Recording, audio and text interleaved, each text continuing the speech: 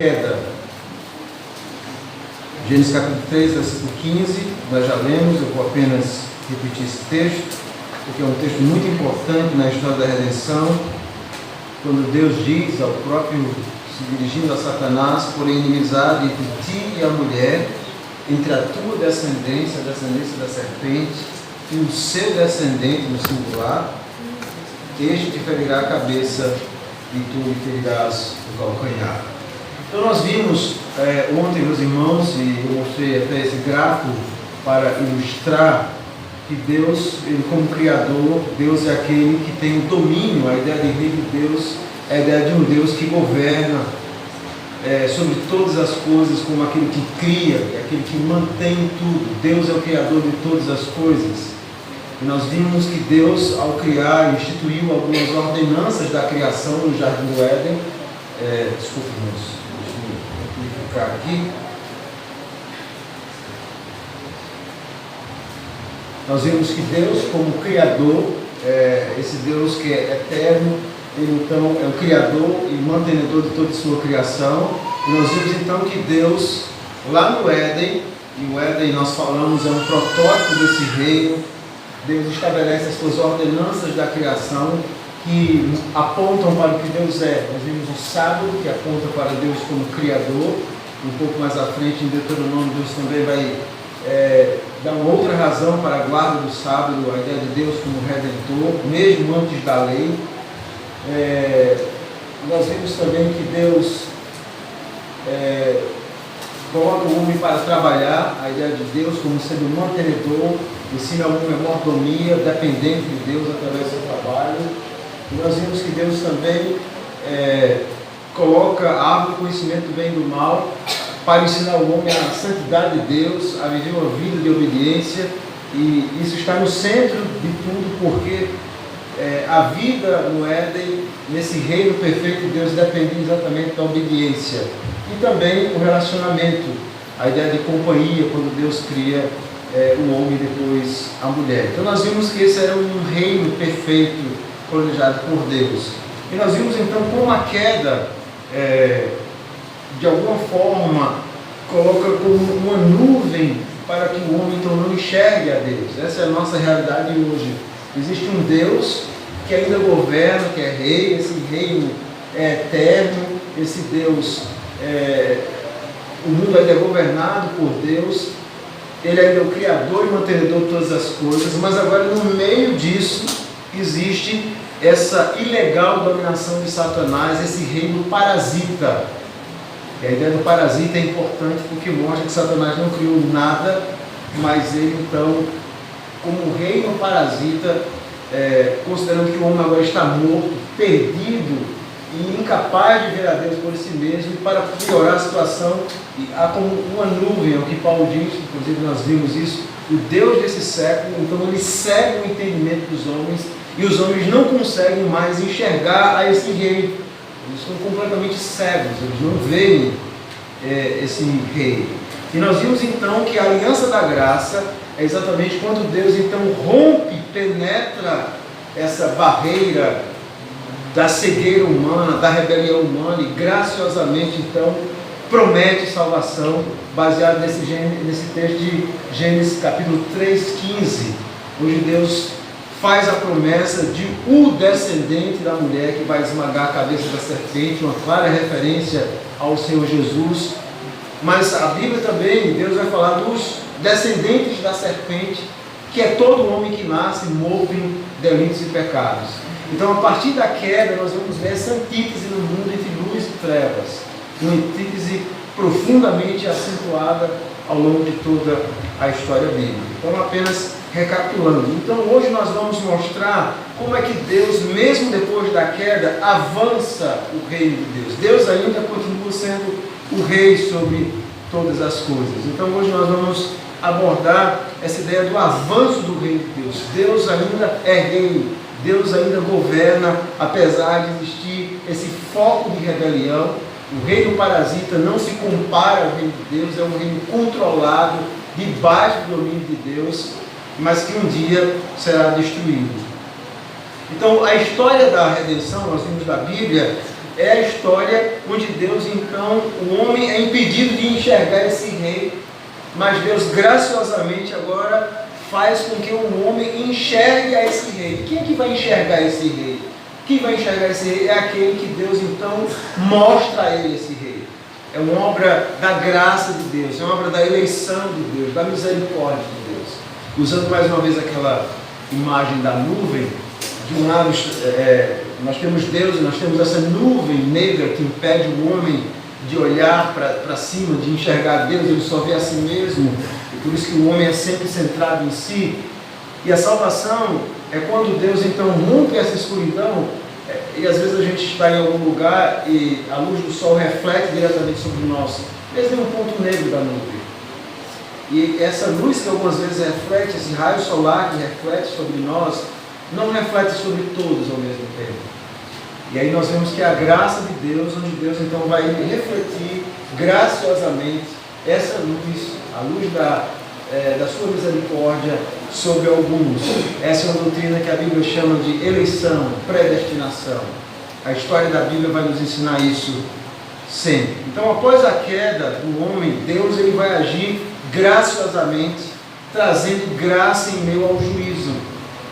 É no meio exatamente de Gênesis, voltando lá para Gênesis capítulo 3, abre sua Bíblia para acompanhar comigo. Observe que Gênesis capítulo 1 e 2 mostra esse reino perfeito criado por Deus.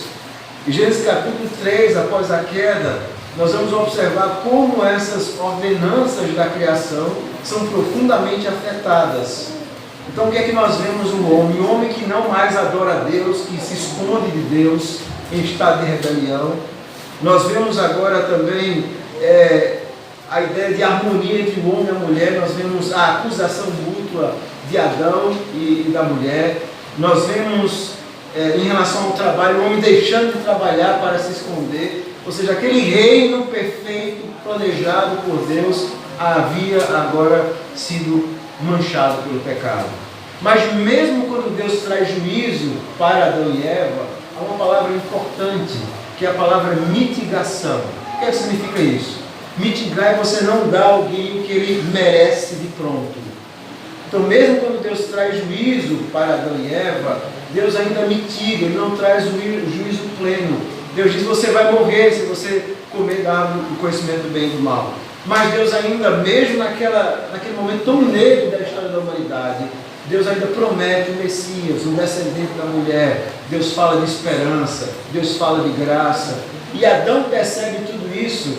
E é por isso que no capítulo 3, versículo 20, Adão vai nomear o nome da sua mulher Eva, que significa exatamente vida. Mesmo em meio ao juízo de Deus, Deus ainda mostra vida, mostra graça, mostra misericórdia para com o homem. Então é no meio de tudo isso que nós vemos graça e juízo mitigado. Deus poderia ter destruído o homem, mas esse não era o seu projeto, não era o seu plano. Então, após a queda, ninguém está vendo nada. Ninguém avisa, não, pai. O que aconteceu? Você dá puxou. Aqui está ok.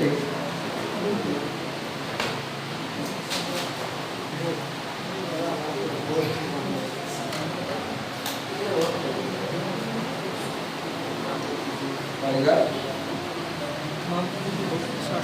Preste atenção.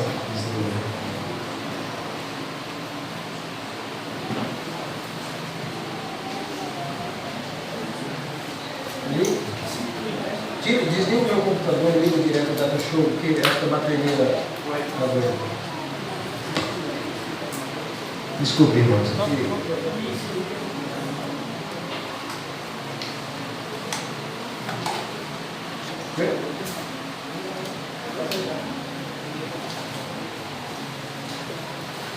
Pronto, vamos continuar e vai aparecer aí. Então, mesmo em meio, em Gênesis capítulo 3, em meio ao juízo, Deus ainda faz essa promessa de graça. Então aqui, a partir de Gênesis capítulo 3, nós vamos ver Deus desenvolver o seu plano eterno. É interessante que nós já explicamos que o que acontece, o que está acontecendo aqui nessa história da humanidade, não são acontecimentos aleatórios onde Deus está sendo funciona não?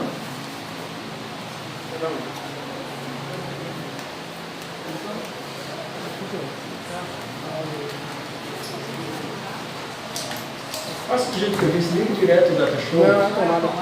Tá tomando.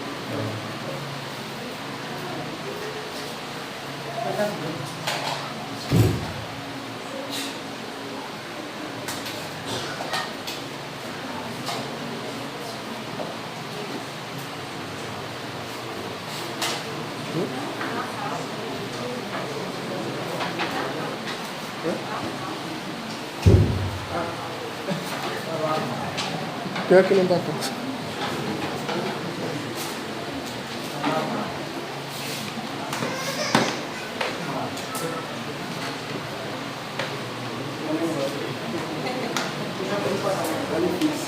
Nossa, tá difícil aqui, viu?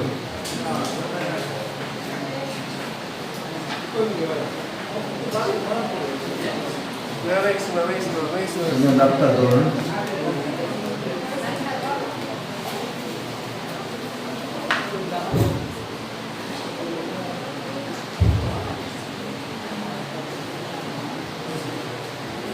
Mas liga aqui. Vai sair.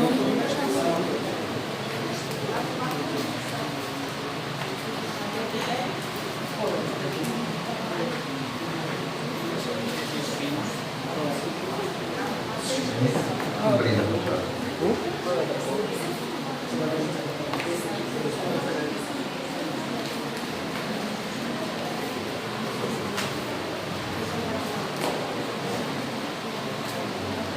Na solução? Tem.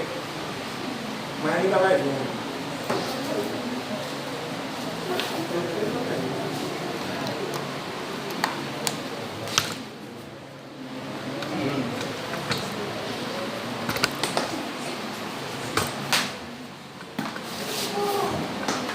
Puxa um pouquinho essa mesa, tá? Já.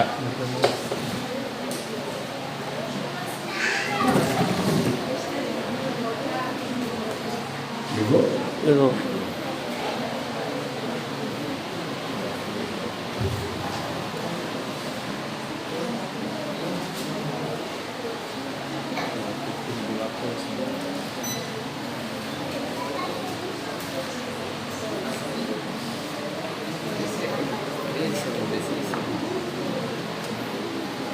Ok, acho que agora está. Se você só ajustar, se puder vir mais um pouco para frente, seria melhor. Essa altura, deixa eu ver que está. Ok, irmãos, vamos retomar. Acho que agora já está resolvido o problema. Obrigado, Slay. Pode sentar, todo mundo. Sente que eu quero falar. Ok, irmãos. Então, a partir de Gênesis capítulo 3, nós vamos vendo exatamente Deus mostrando a sua graça. Então, se por um lado nós temos uma aliança da criação, uma aliança das obras, que nós vemos lá no Éden, agora nós vamos ver uma aliança da graça. O homem por si mesmo, ele perde o livre-arbítrio, a sua capacidade de voltar-se para Deus. E é dentro desse contexto que Deus então começa o seu plano. Mas Deus não é pego de surpresa quando Adão peca. Tudo que está acontecendo está dentro do plano eterno de Deus, porque as próprias Escrituras falam de coisas acontecendo antes da eternidade. Pedro diz que o sangue de Jesus foi conhecido antes dos tempos eternos. Então tudo isso está acontecendo de acordo, obviamente, com os planos de Deus. E a partir de agora, nós vamos observar que toda a história da redenção que vai estar registrada na Bíblia vai ser marcada pela ideia de revelação. Deus está dando a se conhecer ao homem mesmo em meio ao pecado. Mas quando Deus se dá a conhecer ao homem, Ele não se dá a conhecer a todos na mesma proporção. Ainda que a revelação natural mostre que é um Deus, apenas aqueles que a graça de Deus brilha, mediante o Espírito, são salvos. Aqueles que foram eleitos, esses então, somente esses é que vão conhecer essa graça. Deus então vai se revelar a ele. Então é uma história da revelação, é uma história da eleição, é uma história da aliança. Deus está entrando em aliança com pecadores. Nós vimos nas palestras anteriores que o conceito de aliança é um conceito fundamental para entender toda a revelação bíblica. E Deus, então, mediante um mediador, ou seja, Deus sempre agora, o homem e Deus estão separados, e agora é preciso um mediador, alguém que aproxime Deus do homem e aproxime o homem de Deus. Então toda ideia das Escrituras vai ser a ideia de sangue. E o sangue é muito importante porque vai mostrar exatamente isso. O sangue é anunciado aqui já em Gênesis capítulo 3, versículo 15. Sangue precisa ser derramado. E por quê? Porque o sistema que Deus escolhe para retratar esse relacionamento com Ele ilustra exatamente esse abismo. De um lado existe um Deus santo, do outro homem pecador, mas Deus misericordiosamente proporciona um substituto que vai receber o juízo de Deus. Sangue inocente vai ser derramado e não o seu, porque Deus está providenciando um substituto. Então a ideia dos sacrifícios começa exatamente aqui. Toda aliança nas Escrituras é selada com sangue. E nós vemos também Deus escolhendo pessoas como Abraão. Abraão era um idólatra, de acordo com o livro de Josué. Mas Deus então aparece a Abraão, Deus se revela a Abraão, Deus salva Abraão. No caso dos netos de Abraão, Jacó e Esaú, Paulo diz que antes deles nascerem, Deus ama Jacó e Deus então se aborrece de Esaú. Então a história da Bíblia é uma história de antíteses e luz e trevas, e acima de tudo também essa história dessa graça imerecida, onde Deus vai colocar fé no coração do homem, e o homem então responde com fé, e Deus então faz promessas gloriosas a esse povo, ao seu povo. E nós vemos então assim essa história percorrendo de Gênesis a Apocalipse. Há também a ideia de juízo. Deus se apresenta como sendo Deus santo, e Deus sempre está então fazendo também esperanças escatológicas ao seu povo. Então toda a história da Bíblia ela é escatológica, ela aponta para o fim. Então essa ideia da graça de Deus implica que a esse povo que Deus escolheu, que Deus vai salvar no meio das trevas, nós temos que entender o seguinte, que antes de conhecer o Evangelho, todos nós somos filhos da serpente. Todos nós estávamos nessa condição, mortos em delitos e pecados. Mas Deus agora graciosamente se dá a revelar a um povo para ser o seu povo. E aqui nós vamos encontrar uma ideia muito importante, aqui a ideia de rei. Deus nos concede a graça de conhecer o rei. O que é a salvação? A salvação não é apenas uma experiência subjetiva de conversão. Salvação não é apenas quando nós recebemos algo de Deus, mas é quando nós finalmente conhecemos o rei. É quando Deus rompe a escuridão, aquele gráfico, então Deus vem até nós, e pela primeira vez na vida, um pecador enxerga Deus como sendo o rei sobre todas as coisas. Você finalmente enxerga a Deus, e você então se submete. Então qual é a ideia? A ideia é essa aqui. A ideia é que há um rei que governa, há um povo que agora é governado, que Deus está chamando para lhe servir, e há uma esfera onde esse governo é reconhecido e onde esse lugar, onde esse reino toma lugar. Se de alguma forma o Éden ele é perdido, na história da redenção nós vamos ver sempre essa ideia onde Deus chama um povo para um lugar para que esse povo seja governado pela sua palavra. Essa é a ideia do reino de Deus.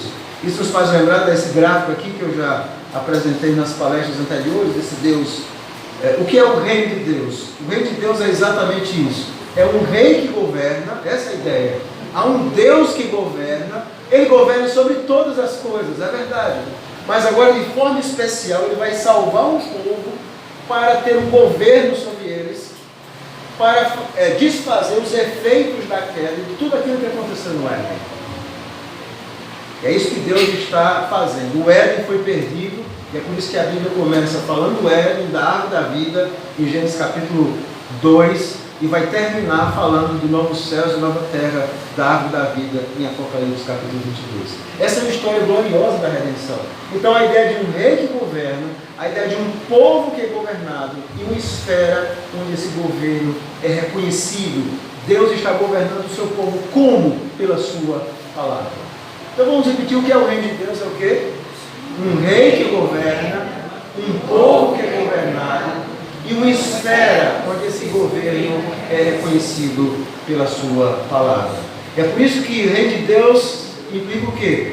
O povo de Deus, no lugar apontado por Deus, sob a autoridade e governo de Deus. Sempre vai ser assim. Em toda a história da salvação nós vemos Deus chamando pecadores, Deus governando em um lugar com eles, e Deus fazendo isso pelo poder da sua palavra. Mesmo em meio às trevas, a luz de Deus brilha nesse mundo caído. Então, quando nós começamos a ler, é por isso que Gênesis capítulo 3 até o capítulo 11, toda a história da Bíblia vai se desenvolver a partir de Gênesis capítulo 3, do capítulo 3 até o capítulo 11. Toda a história da redenção está anunciada. Se você não conhecer bem a história inicial da Bíblia, do livro de Gênesis, você nunca vai entender a história da redenção. Então essa história da redenção, ela vai se desdobrar de forma pactual. E esse desdobramento, eu já falei sobre isso, nesse desdobramento, Deus vai reafirmando a ideia do reino. Então nós vemos que Deus faz essa aliança da graça em Cristo, mas primeiro Deus faz uma aliança com Noé. E ali em Noé nós temos o que naquela arca? Nós temos o povo de Deus, muito pequeno, no lugar apontado por Deus, debaixo do governo de Deus. Depois nós vemos, e por que Deus faz essa aliança com Noé? Para preservar a terra. A terra precisava ser o palco onde a obra da salvação vai se desenvolver. Se Deus não fizesse isso, ele já teria destruído esse mundo. Mas Deus agora, misericordiosamente, aponta o arco, como eu expliquei, não para nós. O arco está voltado para Deus. Deus está mostrando a sua misericórdia. Ele não vai destruir esse mundo como nós o conhecemos até o retorno do Senhor Jesus. Esse mundo será como nós conhecemos. Então, nós vamos observando. Depois nós temos a aliança da promessa, onde Deus então aparece a Abraão e lhe faz a promessa de uma descendência. Depois nós temos a aliança da lei, onde Deus então dá a lei ao seu povo de forma agora escrita, para que o seu povo seja governado exclusivamente pela sua palavra. Depois nós temos a aliança do reino, onde Deus faz a promessa de um rei, de que da descendência de Davi viria um rei para sempre. E aí nós temos a aliança final, a nova aliança que vem em Jesus Cristo. Então a aliança de Abraão, ela é muito importante, por quê?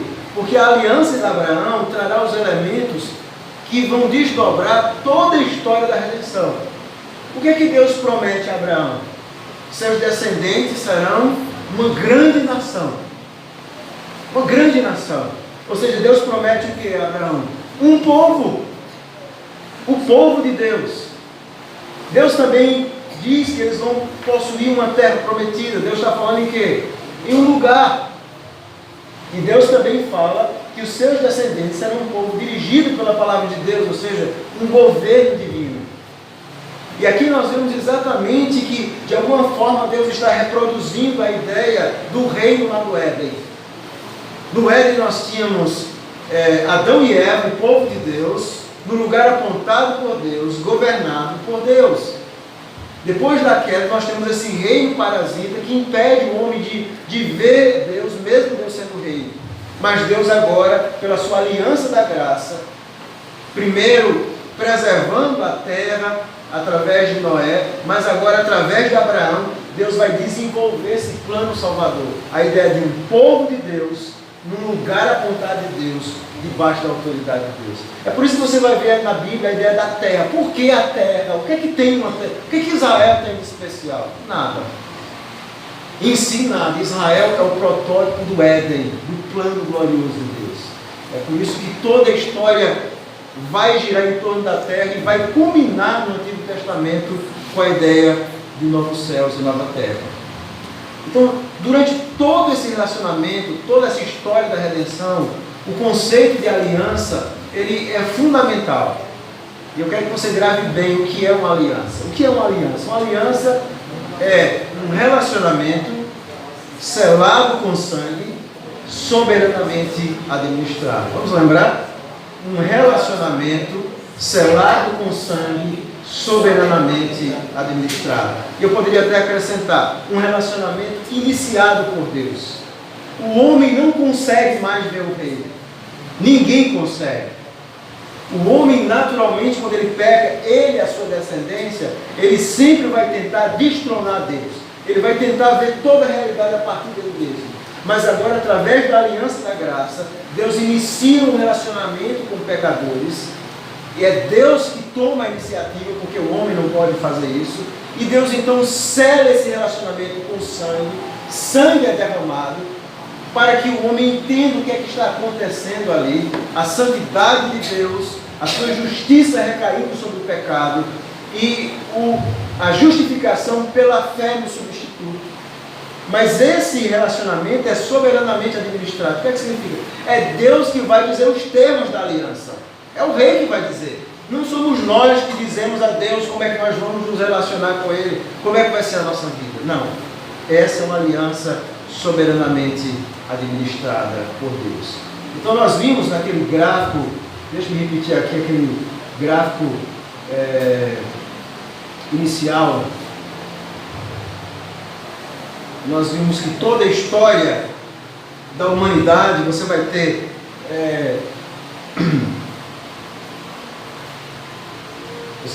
o reino de Deus. Na eternidade estava Deus, que vivia na Trindade, o Pai, o Filho e o Espírito Santo. Deus então resolve criar, e aí nós temos a criação, a queda, a redenção e a consumação.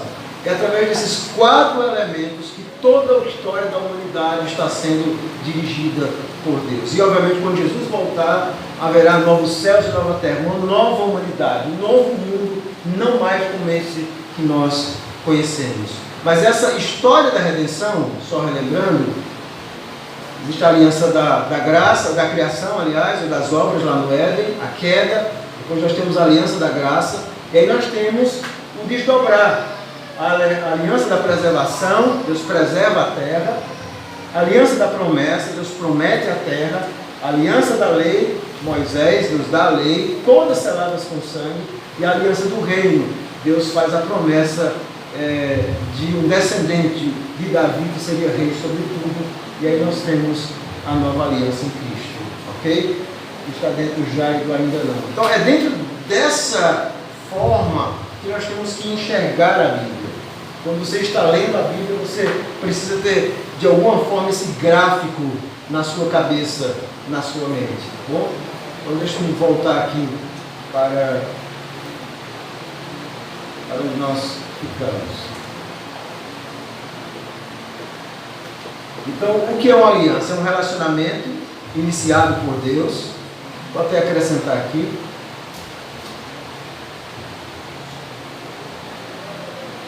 Selado com sangue, soberanamente administrado. Vamos repetir? É um relacionamento iniciado por Deus, selado com sangue, soberanamente administrado. Lembra o que o autor de Hebreus diz? Sem sangue não há remissão. Não há remissão. Então, é muito importante você entender a estrutura da revelação bíblica. A ideia é o povo de Deus, o lugar apontado por Deus sobre o governo de Deus, o governo da palavra de Deus. Você vai ver o Éden é perdido, e aí você vai ver a ideia da terra, a ideia de um Éden que vai ser reganho, a ideia de novos céus e nova terra, lá em Apocalipse. Então, de Gênesis a Apocalipse, toda a história da humanidade ela tem um propósito. Ela não é cíclica, não é aquilo que você aprende na universidade, uma história centrada no homem, sem começo, sem meio, sem fim. Essa não é a história da humanidade. E nós vimos também que a partir de Gênesis 3,15, essa história vai ser marcada pelo quê? Pela antítese, luz e trevas, povo de Deus e mundo. Essa será a história da humanidade, a antítese. E a história da redenção vai ser marcada por quê? Deus sempre prometendo algo glorioso. Toda a Bíblia é isso. Deus promete algo glorioso e tudo isso vai culminar com a pessoa bendita do seu Filho Jesus Cristo. Então nessa aliança aqui, é um gráfico que ajuda, talvez puxar um pouco aqui o data show que está saindo ali.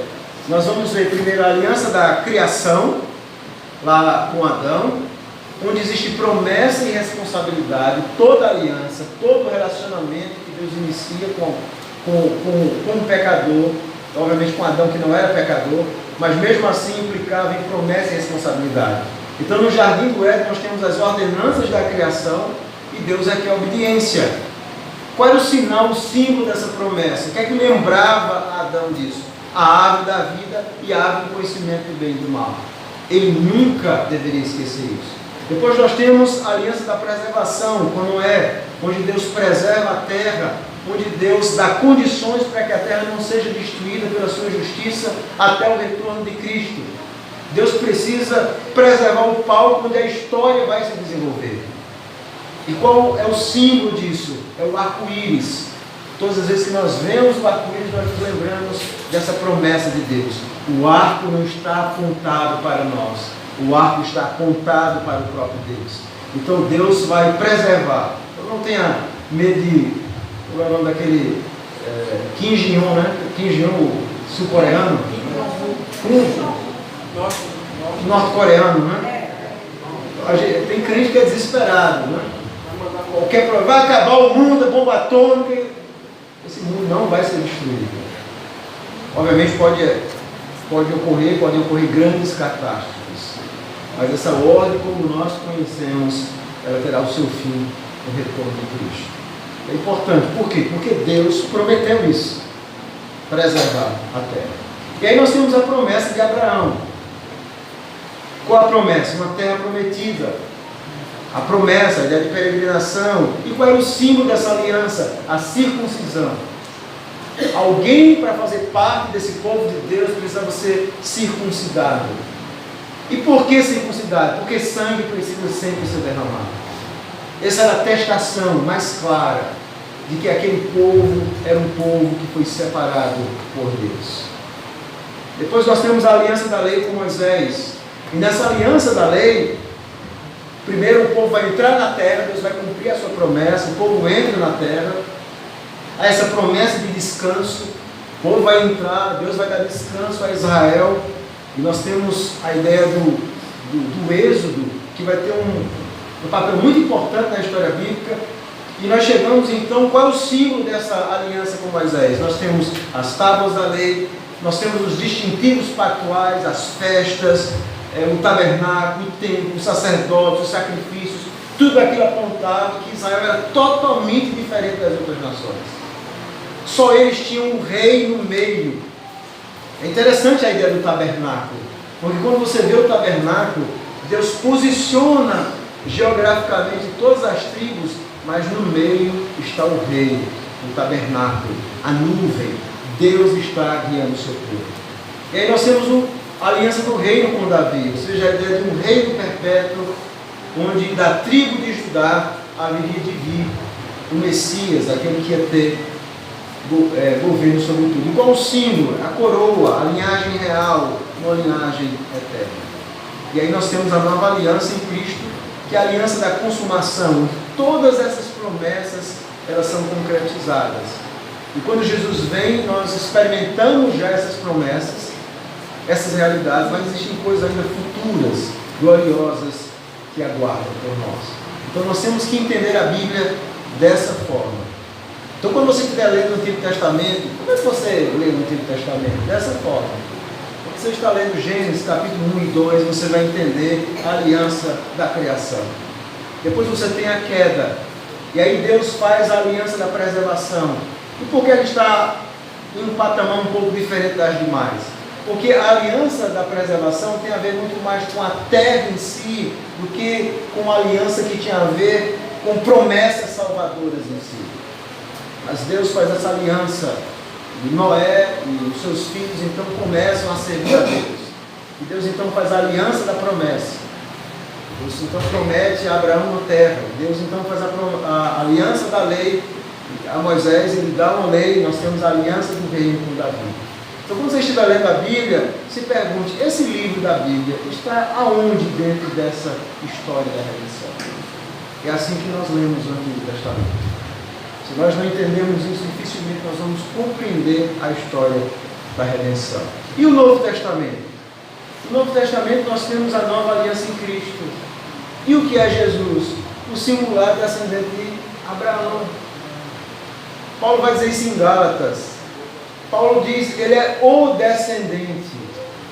Então aquela promessa que Deus faz a Abraão de uma grande descendência, ela só podia se concretizar no descendente da mulher. É por isso que você está lendo a Bíblia, Gênesis, você vai vendo genealogias. O que é que isso tem a ver? É porque toda a história Deus está mostrando exatamente o descendente. Então, em Mateus capítulo 1, quando Mateus vai falar a genealogia de Jesus, ele diz assim, ele era filho de Abraão, filho de Davi. O que Mateus está querendo nos ensinar? Jesus era o singular descendente de Abraão. Então, como singular descendente de Abraão, ele é o verdadeiro Israel. É por isso que Mateus, quando Jesus vai contar, vai falar a respeito de Jesus na infância, Mateus capítulo 1, abre a sua Bíblia, quando Jesus vai lá para o Egito, José foge, depois Jesus volta. Veja aí Mateus capítulo 1, versículo 15. E lá ficou, capítulo 2, desculpe, Mateus 2,15. E lá ficou até a morte de Herodes, para que se cumprisse o que fora dito pelo Senhor por intermédio do profeta: do Egito chamei meu filho. Aí você pega esse texto de Oséias, capítulo 11, versículo 1, e você diz assim, acho que Mateus errou, não tem nada a ver não. Porque esse texto está falando de Israel, quando Deus tira Israel do Egito. E o que é que tem a ver com Jesus? Mateus está ensinando os seus leitores assim, Jesus, ele é o novo Israel. Então toda a história do novo Israel vai começar no deserto. João Batista está lá no deserto, dizendo que o reino de Deus chegou agora. As promessas finais de Deus estão sendo concretizadas, conclamando o arrependimento, porque muitas pessoas que achavam que faziam parte do verdadeiro Israel não eram. Então João ele vem separar, vem chacoalhar Israel para que o verdadeiro Israel seja salvo pelo Messias. Então Jesus é o verdadeiro Israel. E é interessante que quando Jesus ele é tentado por Satanás, eu já preguei isso aqui na igreja de Betel, só para lembrar, todas as respostas de Jesus na tentação ao diabo são baseadas em Deuteronômio 6 e 8, quando Deus condena Israel por não ser fiel à sua palavra. Então, de alguma forma, Jesus está dizendo, eu sou o verdadeiro Israel, eu serei fiel ao meu Pai sempre. Então Jesus ele é o verdadeiro Israel, mas ele também é o verdadeiro descendente de Davi. Ele é o verdadeiro descendente de Davi. Mas ele também, Paulo vai dizer que é o verdadeiro Adão. E é por isso que nós nos tornamos filhos de Deus, porque Cristo é o verdadeiro Filho de Deus. E no momento em que nós cremos, nós somos unidos a Cristo e nós nos tornamos filhos adotivos. Por quê? Porque somos unidos ao novo Adão. Nós somos filhos gerados. E da mesma forma, ele nos promete um novo Éden. Aquele Éden que Adão não teve, os seus filhos não teve, nós vamos ter um Éden muito mais glorioso no novo Adão, que é o Senhor Jesus Cristo.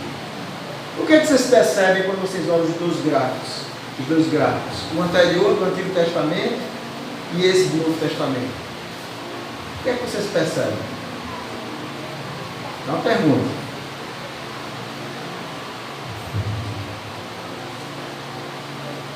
Existe alguma mensagem unificada em toda a Bíblia? Vamos pensar. Com a harmonia, deixa eu mostrar o outro. Outra das alianças, né? Tudo apontava para ele. Tudo apontava. Vamos pensar. Lá no Éden tem Adão, Jesus é o quê? O novo Adão. Aquele Adão falha, Jesus não falha. Deus promete que aquele Adão vai ter domínio. Ele ainda tem, mas agora esse domínio é marcado pelo pecado. O autor dos Hebreus vai dizer no capítulo 2 que Jesus, citando o Salmo 8, é o novo Adão que vai ter domínio sobre todas as coisas. Abraão, Promessa cumprida. exatamente, Abraão, Deus faz a promessa de um descendente, de um povo, como areias, né, das terras, do mar. E Jesus é o que? Ele vai ser essa semente que vai salvar não apenas Israel, mas gentios. Eu e você, de Feira de Santana, de Salvador, ou de você, onde quer que você mora, de Pernambuco, eu. Como é que isso chegou em mim, a salvação? Porque Deus prometeu a Abraão e Jesus veio como descendente de Abraão para nos salvar. Capela é fim de mundo, não tem no mapa não.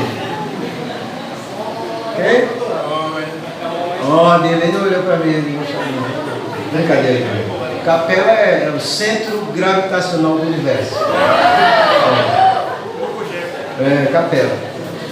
Então, você vai encontrar um Israel que falha no Antigo Testamento. Jesus vai ser o quê? O verdadeiro Israel. Você vai observar que Davi e o filho de Davi, quando Salomão começa a reinar, ele chega no apogeu, em toda a glória do reino, mas mesmo assim ele falha, ele não é o rei perfeito. Esse rei perfeito vai ser Jesus Cristo, filho de Davi. Então, E o próprio Cristo, quando ele fala assim, né? Replicou-lhes, ele disse assim: que pensais vós do Cristo? De quem é filho? Respondeu: de Davi. Replicou-lhe Jesus: como pois Davi, pelo Espírito, chama-lhe Senhor, dizendo: disse o Senhor ao meu Senhor: assenta-te à minha direita, até que eu ponha os teus inimigos debaixo. Jesus estava dando uma aula de interpretação aí, aos fariseus, do Salmo 110. Porque o Salmo 110, Davi, escrito por Davi. Ele disse, como é que Davi vai estar chamando de Senhor, alguém de Senhor? Então esse salmo não podia estar se referindo de Davi, estava falando de quem? Dele. E esse Salmo 110 é importante, que é o texto do Antigo Testamento mais citado em todo o Novo Testamento. Porque concretiza essa promessa. Quando Jesus sobe aos céus e senta à direita de Deus, Deus então lhe dá um domínio e Deus está guiando a história para colocar todas as coisas debaixo dos pés de Cristo. Tudo será colocado debaixo dos pés de Cristo. É por isso que em Pentecostes, esse é o texto que Pedro cita.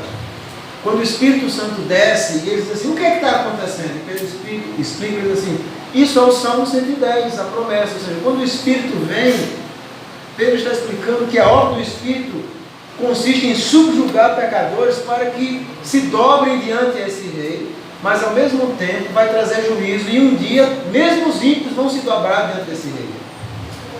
Deus vai colocar todas as coisas debaixo dos pés de Cristo na consumação. Então, é maravilhoso esse Salmo 110. Mas veja como a história bíblica é gloriosa. Então, o reino de Deus ele vai avançando na história da criação.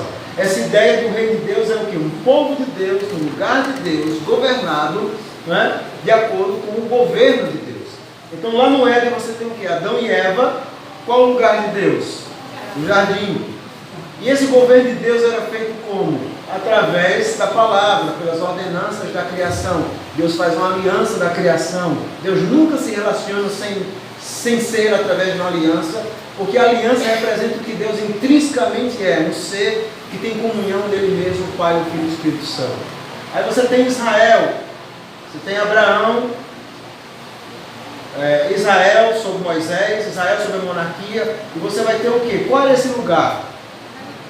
Primeiro você tem a terra prometida, Canaã, depois você tem a terra prometida, a terra, Jerusalém, o templo, sempre a ideia de quê? Um lugar. O povo de Deus está em um lugar apontado por Deus. E esse governo, a aliança da graça, Deus agora vai buscar pecadores e vai governar esses pecadores pela sua palavra. E você chega então nesse período interessante das profecias. Porque quando você está lendo os profetas do Antigo Testamento, eles estão mostrando que nem todo mundo de Israel é israelita. Então eles estão sempre mostrando que em Israel existe apenas um remanescente fiel. Mesmo esse povo visível de Israel, as coisas da igreja hoje, existe apenas um remanescente fiel. Então, a Bíblia, os profetas estão mostrando o seguinte, esse povo de Deus, no fundo, é só um remanescente fiel. E qual o lugar desse povo? Eles vão apontar para essa terra restaurada, para uma nova Jerusalém, para um tempo glorioso. Quando você está vendo os profetas, eles estão apontando para algo glorioso que vai vir à frente. E eles falam, por exemplo, da promessa da nova aliança. Jeremias 31 diz, Deus promete uma nova aliança onde Deus vai gravar no coração as palavras. Deus está sempre apontando para essa ideia. E aí nós temos finalmente Jesus Cristo. Então, em Jesus, o que Jesus veio fazer? Ele é o Israel verdadeiro. E por que nós fazemos parte de Israel? Se você não sabia, você é israelita. Mas é do Israel de Deus. Porque a promessa de Deus foi para Abraão e os seus descendentes. E como é que a gente, gentil, entra nessa promessa? Paulo vai explicar em Efésios 3. Nós somos enxertados. Como é que eu entro nessa promessa? Cristo é Israel. Então, quando eu sou salvo, ele me une a si mesmo, e agora eu entro naquela promessa. Eu sou o novo Israel. Quem é esse novo Israel? Aqueles que estão em Cristo. É por isso que Paulo sempre vai usar essa frase: aqueles que estão em Cristo fazem parte do novo Israel. Então, quem é o povo de Deus hoje? O novo Israel. Judeus e gentios que foram verdadeiramente transformados e fazem parte do novo Israel. E qual é o lugar de Deus hoje na nova aliança? Nós não temos mais um templo, nós não temos mais um lugar, uma terra. Eu sei que tem muitos crentes sensacionalistas que vão lá com aquelas bandeirinhas para Israel, mergulhar lá no Jordão, né? Tem muito pastor usando kippá, fazendo, como tem em São Paulo, como é que chama? O templo de Salomão. Isso é sombra. Na nova aliança, onde é que está o templo de Deus? Onde é que Deus está? Onde Cristo habita. Esse é o templo. E onde é que Cristo está? Ele está sentado à direita de Deus, mas no meio do seu povo, mediante o Espírito. Então, nesse lugar de Deus, é o povo de Deus, aqueles que são eleitos, que foram transformados. Então, Deus está com o seu povo. Quando o seu povo está reunido, Deus está com ele. Aquela mulher, quando pergunta a Jesus, né?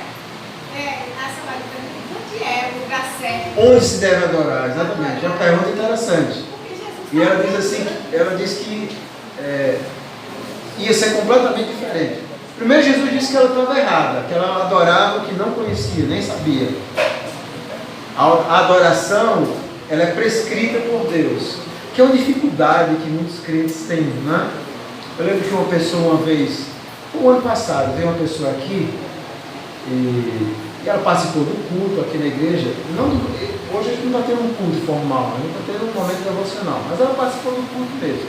E depois a gente brincou, e bateu palma, e cantou e tal, não sei o que. Ela disse: não entendi como é. Aí eu expliquei: é simples.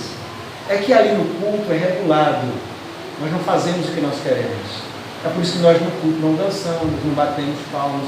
Porque essas coisas têm a ver com prescrição. Nós não somos livres para fazer. Ali nós estamos em outro momento. É por isso que você vai ver a Bíblia falar de dança. Davi inclusive dançou. Mas como era o culto no Antigo Testamento? Era o culto do templo, do sacrifício, não tinha dança, não tinha nada disso. Era um culto onde cada um tinha que meditar. Era aquele culto que muitas vezes Israel era atraído pelo culto de Baal. O culto de Baal era melhor, cada um ia, pulava, gritava, bebia, né? Existiam prostitutas cultuais, cada um fazia o que queria. O culto de Deus era regulado. Deus não aceitava ser adorado da forma que o homem queria. Essa é a diferença. É por isso que os crentes não entendem, aí misturam e tal, e vão fazer show, vão fazer banda, e botam dentro do culto. E aquele caos hoje. Um simples entendimento. Um simples entendimento. Quando eu estou ali, eu posso me alegrar, eu como cristão, eu posso bater palma, eu posso fazer, expressar do jeito que eu quiser. Culto, aí é outra coisa. O culto é prescrito por Deus. Nós não somos livres para adorar a Deus como nós queremos. E é muito importante nós entendermos isso. Porque muitas vezes nós não entendemos que o culto é governado pela palavra de Deus. Deus nunca aceitou um culto que não foi prescrito. E é por isso que Jesus diz à mulher samaritana: vocês adoram o que não conhecem. Os samaritanos, eles iam adorar a Deus, iam lá no templo, eles iam, cada um sacrificava, construíram até um templo. Jesus disse assim, isso aí é tudo invenção da cabeça de vocês. Deus nunca disse que queria ser adorado dessa forma. Então nós temos que ter, como crentes, essa ideia. Mas onde é esse templo hoje? Onde é o lugar de Deus hoje? É onde Cristo habita com o seu povo. E na nova aliança, onde é que está o governo de Deus? Como é que Deus exerce o governo? Através do domínio de Cristo. Cristo continua governando o seu povo. Alguma pergunta até aqui? Sim. Você pode explicar a relação do ofício de profeta e de sacerdote de Cristo com esse sistema? Sim. Sim, exatamente. E o do Antigo e do Novo, qual a relação? Pedro vai explicar isso. Ele vai dizer que aqueles profetas do Antigo Testamento, eles falaram através do Espírito de Cristo que neles está. Todas as vezes que Deus fala, essa palavra verbal será sempre a segunda pessoa da Trindade, Cristo. Da mesma forma, quando Deus diz, haja luz, João diz que aquela era a palavra de Cristo. Então, como profeta, Cristo está criando, não como profeta, mas na criação ele está criando todas as coisas pela sua palavra. Todos os profetas, eles vão falar através do Espírito de Cristo que neles está.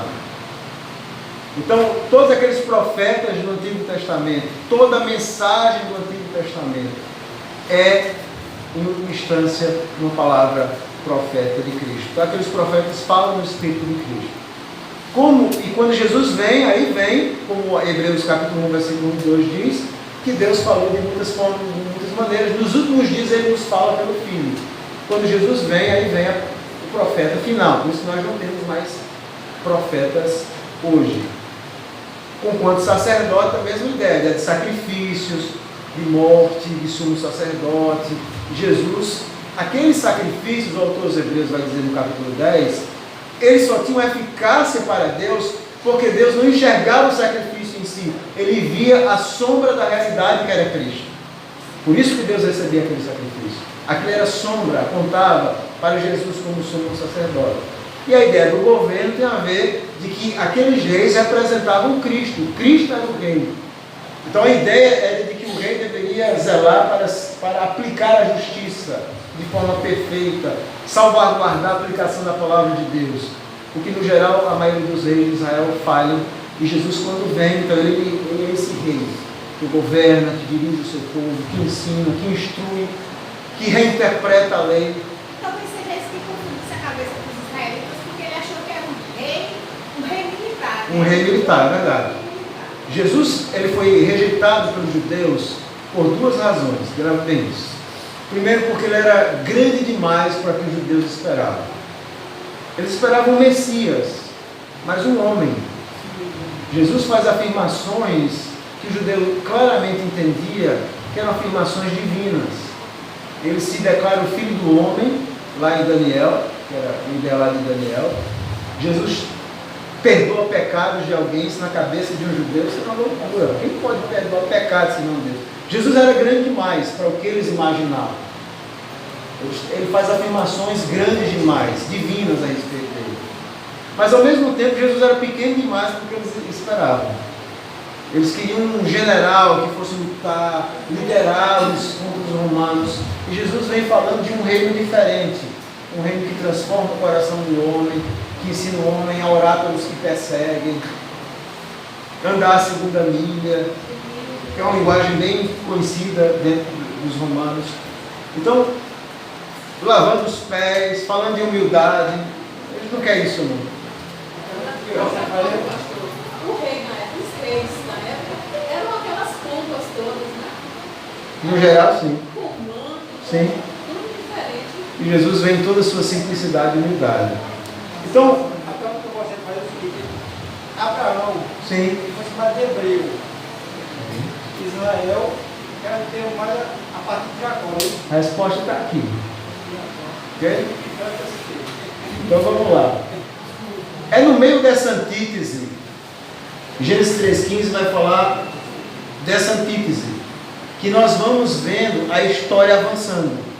Então quando você está lendo Gênesis capítulo 3, você vai ver o que? Deus anunciando a graça. E aí começa a antítese. Eles têm dois filhos, Caim e Abel. Um é crente, o outro é ímpio. A antítese está dentro da casa. Aí finalmente vem Sete. Aí que nós temos as duas linhas, uma linha ímpia. E é por isso que você, em Gênesis capítulo 4, você tem a genealogia de Caim. E no capítulo 5 você tem a genealogia de Adão. Olha a sua Bíblia. Por que tem essas duas genealogias? Logo no início. Porque Deus está mostrando exatamente isso. O mundo será marcado por antítese. Filhos das trevas e filhos da luz. Você vai ter a linha de Caim, capítulo 4, uma linha ímpia, uma linha que vai ser destruída no dilúvio, morre todo mundo dessa linha, não fica ninguém. Ok? E você vai ter a linha de Sete, vai ter Enos, onde o nome de Deus é invocado, uma linha santa. Você vai ter Enoque, que dá 10 gerações, e vai ter Noé, que vem dessa linha de Sete, de homens tementes a Deus, homens que servem a Deus. Depois do dilúvio, quando Noé vai com a arca e sai, mais uma vez começa, veja, Noé vai com seus filhos, Deus preserva, mas aí você começa a ver o que? A antítese, como Caim, a linha ímpia. A Bíblia não fala nada sobre Jafé, mas nós sabemos que Jafé é de onde vêm os povos da Europa. Embora haja um silêncio na Bíblia, no geral, sobre essa linha, mas vai ser uma linha ímpia também. E você vai ver uma linha de onde vai ver a semente santa, Sem.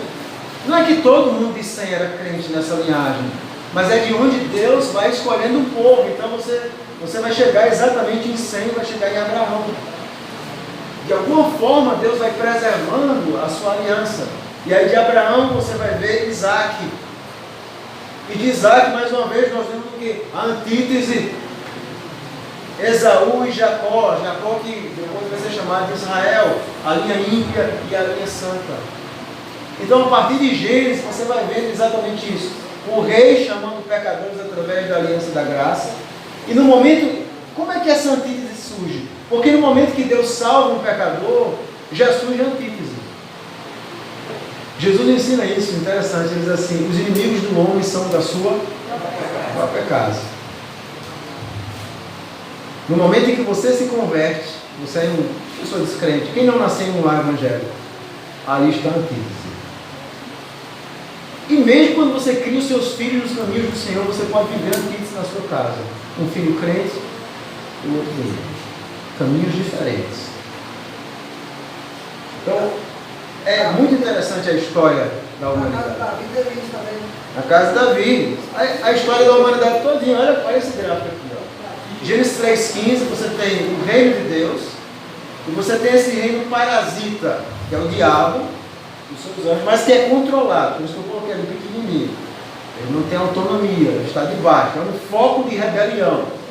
Parasita por quê? Porque ele não criou nada. Ele sobrevive de tudo que Deus fez. Satanás nunca criou nada. No meio do parasita. E aí você vai ter os filhos da luz, que são aqueles que são salvos, do descendente da mulher, lembra a promessa de Gênesis 3,15? E a história do Antigo Testamento vai ser sombra até Jesus vir e vir a realidade. O autor dos Hebreus diz que, eu acho interessante, a palavra que ele usa lá em Hebreus 10, abre sua Bíblia em Hebreus capítulo 10, essa palavra que ele usa, quem trabalha com desenho vai entender bem a palavra. Ele diz assim, 10:1, ora, visto que a lei tem sido sombra dos bens vindouros, não a imagem real das coisas. Então, tudo aquilo que estava era sombra. A palavra sombra a palavra grega que ele usa é esboço. Deus vai fazendo um esboço. Então, o que era o sacrifício, o que era o tabernáculo, o que era a arca da aliança, o que era o dilúvio, tudo isso era um esboço. E a realidade, o desenho, quando é que a gente enxerga? Quando Jesus veio. Aí você entende a realidade. Então, essa antítese vai mostrar os filhos da luz e os filhos das trevas, o descendente da serpente, todo mundo que nasce. Vai nascer rebelde, condenado. E você vai vendo que a história da humanidade é a história da antítese. Essa é a história do mundo. Você vai ver Abel e Caim, a antítese. Noé na arca e os povos que estão sendo destruídos, a antítese. Sem que serve a Deus, Cã e Jafé que não serve, a antítese. Abraão e Isaac, homens tementes a Deus. E as demais nações que Deus não se revelou? Veja, Deus se revelou a Abraão, mas não a outras nações. A ideia da eleição, eles estão dentro dessa antítese.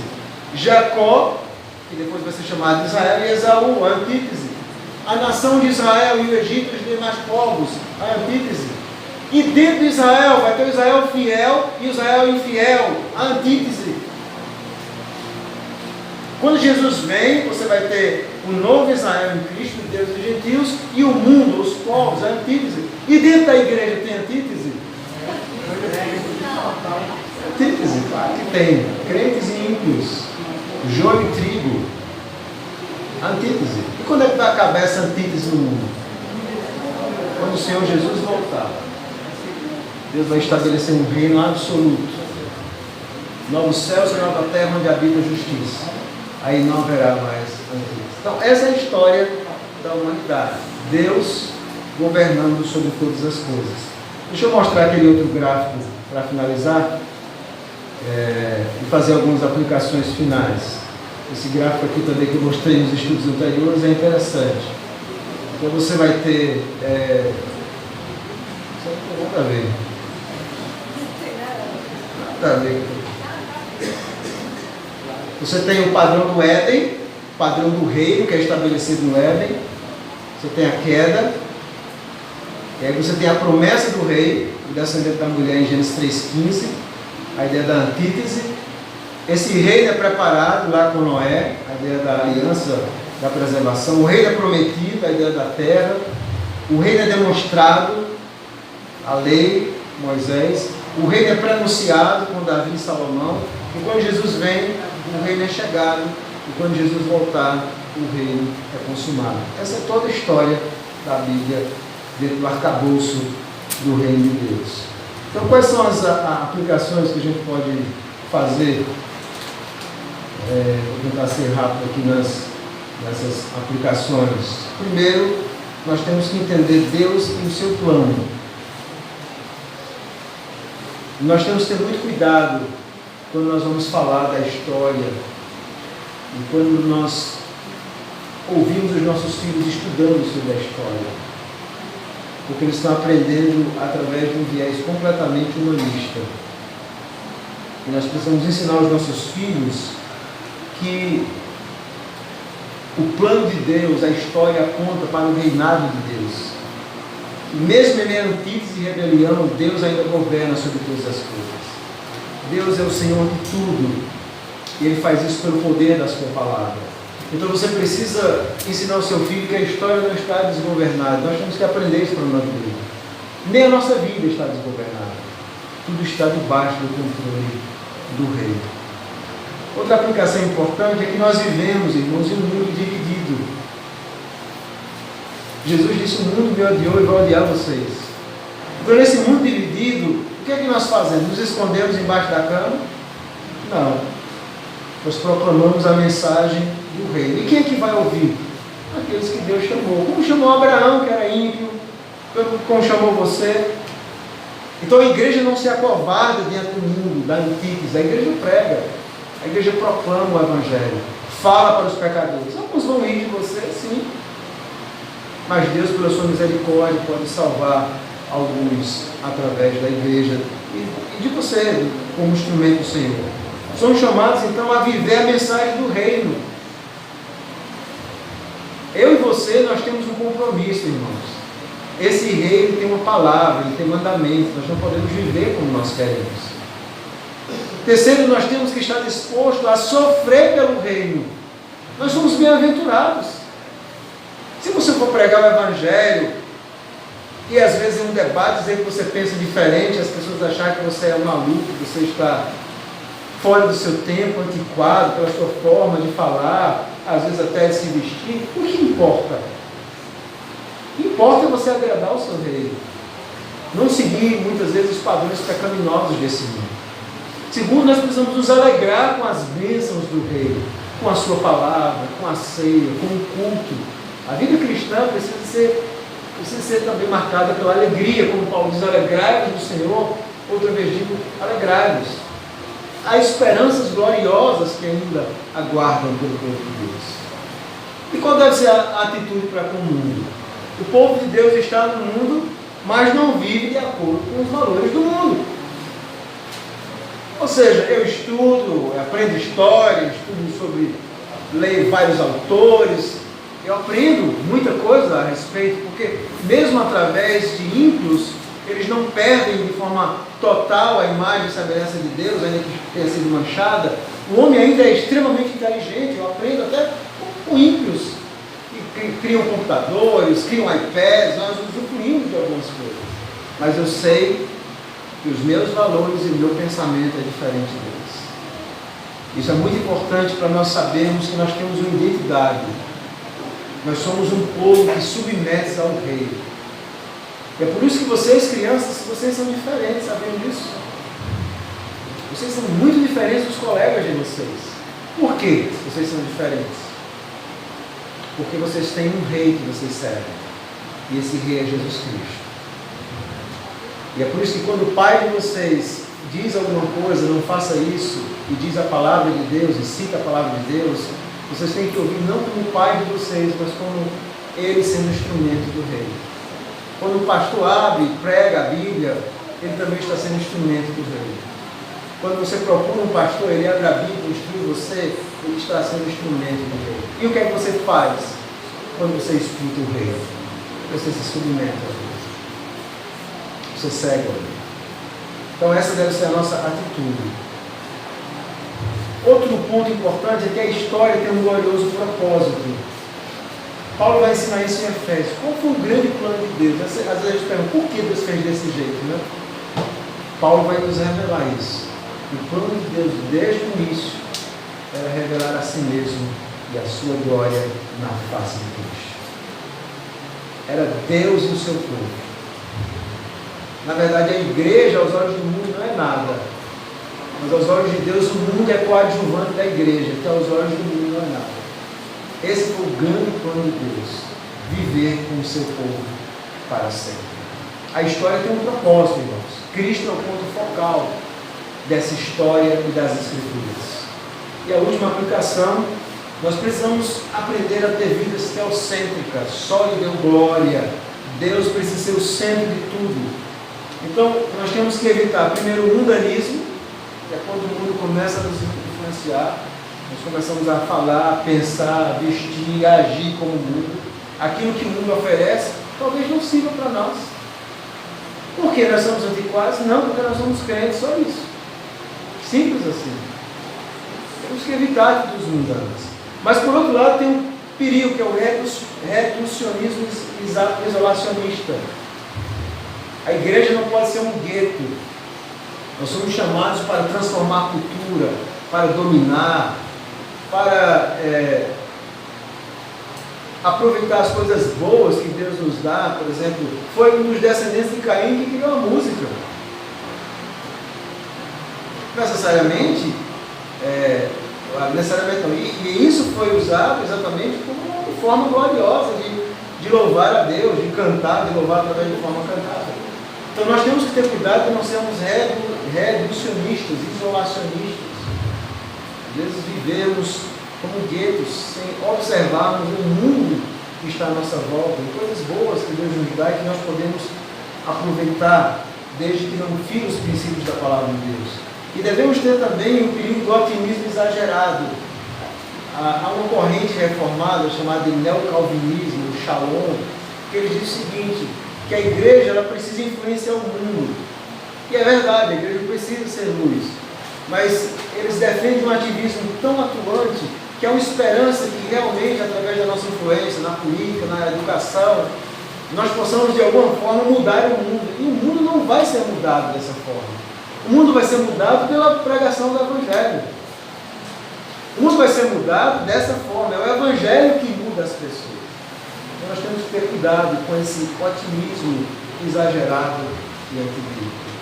Então essas são as lições que nós aprendemos quando vemos tudo isso.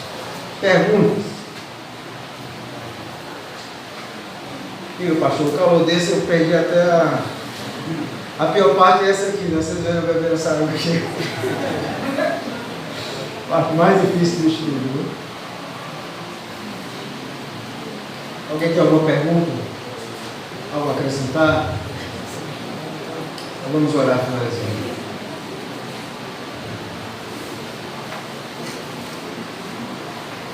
Louvamos o teu santo e bendito nome, Senhor, pela tua bendita palavra. E agora pedimos que o Senhor graciosamente nos ajude a vislumbrar tudo isso pela fé e contemplar que o Senhor nos tirou do império das trevas e nos transportou para o reino do Filho do seu amor. Nós te louvamos porque nós não vivemos debaixo desse reino parasita, mas vivemos debaixo do Rei dos Reis. Então nos ajuda a vivermos uma vida submissa como servos do Senhor, servos que vivem para a glória do Senhor, servos que querem agradar o seu Senhor. Essa é a nossa oração em nome de Jesus. Amém.